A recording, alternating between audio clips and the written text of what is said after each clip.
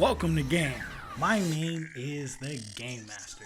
Today, we're going to look at the rise of FromSoftware. So have you ever wondered why the Souls games are so popular? Since their inception in Tokyo, Japan in 1986, FromSoftware has risen from a simple productivity apps developer to a megalithic AAA giant. Their first video game didn't come until 1994, when they released the very first Kingsfield as a launch title for the PlayStation.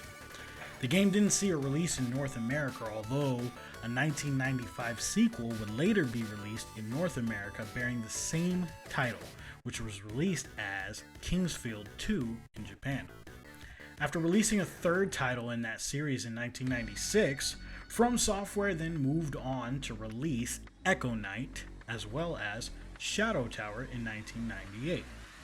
IGN would later note that the latter was effectively a Kingsfield follow-up, as it shared many of the gameplay conventions with it. And during this time, FromSoftware would release Armored Core. It's the first in a mech game series which would go on to spawn many sequels. And it's their first foray into their harder-than-nails approach to game making. The making of Armored Core solidified the company's development skills, and in July 1999, they released the multiplayer action game Frame Gride for the Sega Dreamcast. With 15 games developed, the Armored Core series is the studio's longest-running franchise. Their most recent title, Armored Core Verdict Day, was released worldwide in September 2013 for the PS3 and the Xbox 360.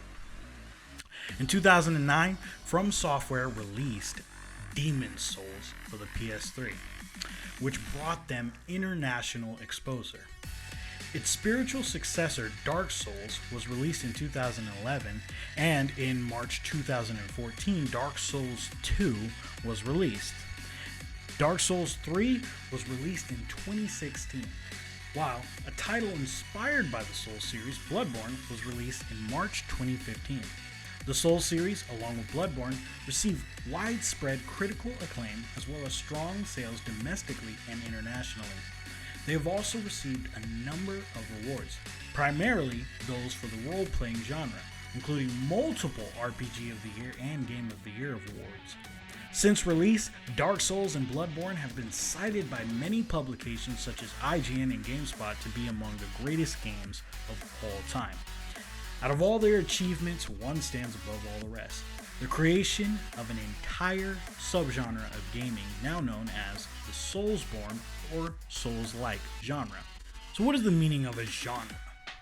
In relation to media and entertainment, a genre is defined as a particular subject or style of literature, art, or music.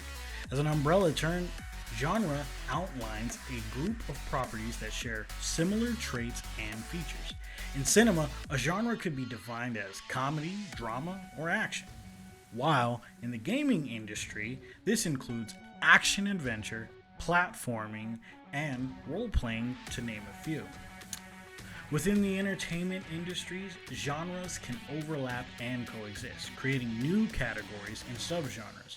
Due to constant development and innovation within the video game industry, the possibility exists for hybrid genres to be formed, where developers take influences from a variety of titles to craft an experience that is unique. But what defines a SoulsBorne or a SoulsLike? Well, these individual terms can be broken down as such. SoulsBorne are FromSoftware games only, maybe even FromSoftware games that have either Souls or Born in the title, while a clone would be bringing nothing new to the subgenre, rigidly following in the footprints of Demon's Souls. SoulsLike is inspired by the roguelike subgenre, and this opens up the game type for FromSoftware as well as other developers to add new wrinkles to the fundamentals in order to evolve the experience. That being said, whether the game could be identified as a Souls-like or SoulsBorne, they all share similar traits such as the bonfire. It's called by other names in other games, shrines and Neo, but they all essentially do the same thing. It is a reset, where you refill your health You can level up your character, and most importantly, all mob enemies are respawn. As stated, Neo has shrines, Bloodborne has lamps, and the Surge has medbay. Next is the Souls. Again, these are called different things in different games, but they are all essentially proxies for the same thing. Amrita in Neo, Blood Echoes in Bloodborne, Tech Scrap in the Surge. But they're all the same thing. They're basically experience points earned from defeating enemies that can be used as both an in-game currency and to also level up. Next is the Corpse Run. Now, this isn't an official in-game term, but one that's generally used for all Souls-likes within the community. It stems from the fact that your souls, Amrita, Blood Echoes, etc., are dropped upon death. Notice, I didn't say lost. You have one chance after that to get to wherever you were in the game world when you died to pick them back up. If you die before you do so, they're gone for good. This is one of the fundamentals where we have seen little evolution.